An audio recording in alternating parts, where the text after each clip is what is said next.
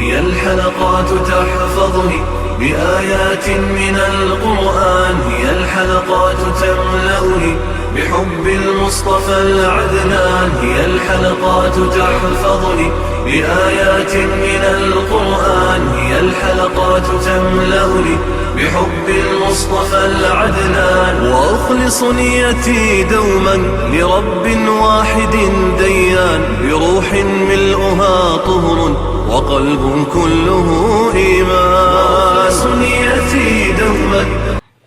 اعوذ باللہ من الشیطان الرجیم، بسم اللہ الرحمن الرحیم۔ ناظرین کرام، السلام علیکم ورحمۃ اللہ وبرکاتہ۔ انشاءاللہ تبارک و تعالی آج ہم لوگ پڑھیں گے الترکیب کا سبق نمبر 5، مضمرات کے بارے میں چند ضروری باتیں۔ اب تک جو ہے وہ اس سلسلے میں ہم لوگ تقریباً جو ہے وہ 8 ویڈیوز بنا چکے ہیں۔ انشاءاللہ تبارک و تعالی یہ ہوگا ہمارا پارٹ نمبر 9، اور اب تک جو ہے میں آپ کو تقریباً جو ہے وہ 8 قواعد پڑھا چکا ہوں۔ انشاءاللہ تعالی آج ہم لوگ پڑھیں گے قاعدہ نمبر 9۔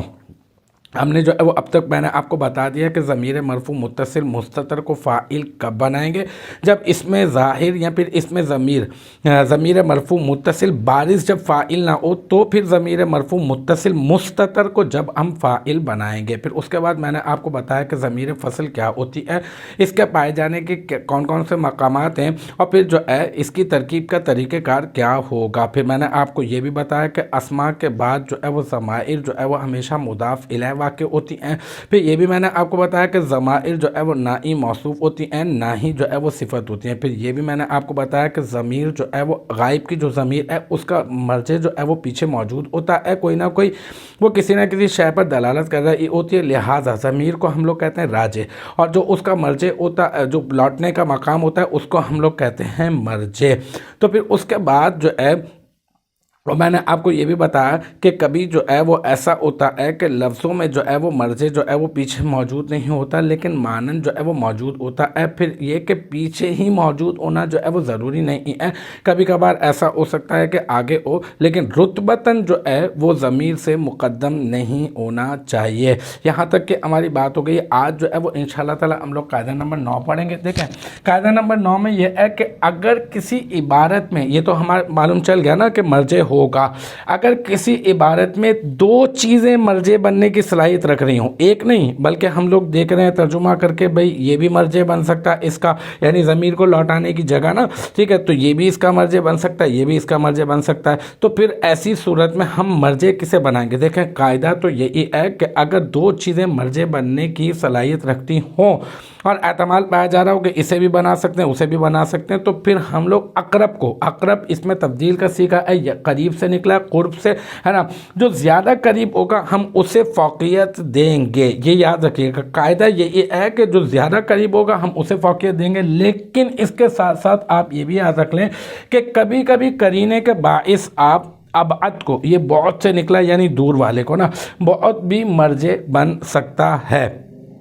اب جیسے کہ مثال کے طور پہ آمنوا باللہ وانفقوا مما جعلکم مستخلفین فیہ، ٹھیک ہے نا، آمنوا باللہ ورسولہ، یہاں پہ جو ہے نا یہ ورسولہ بھی ہے، دیکھیں یہ تو اس کا مرجع بن رہا ہے نا، تو یہاں پہ آمنوا باللہ ورسولہ ہے نا، آمنوا باللہ ورسولہ، تم ایمان لاؤ، یہ امر کا صیغہ ہے، یہ صیغہ جو ہے جمع مذکر حاضر ہے، واو ضمیر اس کا فاعل ہے، اور تم ایمان لاؤ کس پر؟ اللہ پر اور اس کے رسول پر، اور انفقو، اور تم خرچ کرو، مما اس میں سے، جعلا بنایا ہے تمہیں جو ہے وہ اللہ، جس نے بنایا ہے نا، جس نے بنایا ہے تمہیں، جس میں تمہیں جو ہے وہ اوروں کا جانشین بنایا ہے۔ اب یہاں پر یہ جو جعلا جو ہے نا فعل ہے نا، یہ فعل ماضی ہے، اور صیغہ جو ہے وہ واحد مذکر غائب ہے، اور اس میں کے اندر جو ہے نا وہ ایک ہوا ضمیر ہے۔ اچھا اب یہ جو ہوا ضمیر کا جو مرجع ہے وہ یہاں پر رسولی ہی کی طرف بھی جو ہے وہ لوٹ سکتی تھی، ٹھیک ہے، اور جو ہے وہ اللہ کی طرف بھی لوٹ سکتی تھی، اور رسولی ہی جو ہے نا وہ اقرب تو رسولی ہی ہے، تو لہٰذا ہم لوگ اس کی طرف لوٹاتے، لیکن لیکن اب ہم جو ہے وہ معنوی کرینے کی وجہ سے جعلا کی ضمیر کا جو مرجع ہے ہم وہ بنائیں گے اللہ اسم جلالت. جیسا کہ ترجمہ میں نے بتا دیا کہ اللہ اور اس کے رسول صلی اللہ علیہ وآلہ وسلم پر ایمان لاؤ اور اس میں سے اس کی راہ میں کچھ خرچ کرو جس میں اللہ نے تمہیں اوروں کا جانشین بنایا ہے. تو یہاں پہ جعلا میں وہ ضمیر ہے جہاں پر لوٹ رہی ہے یعنی اللہ نے تمہیں جانشین بنایا ہے. تو یہاں معنوی کرینے کی وجہ سے جعلا کی ضمیر کا مرجع اللہ اسم جلالت کو بنایا جائے گا.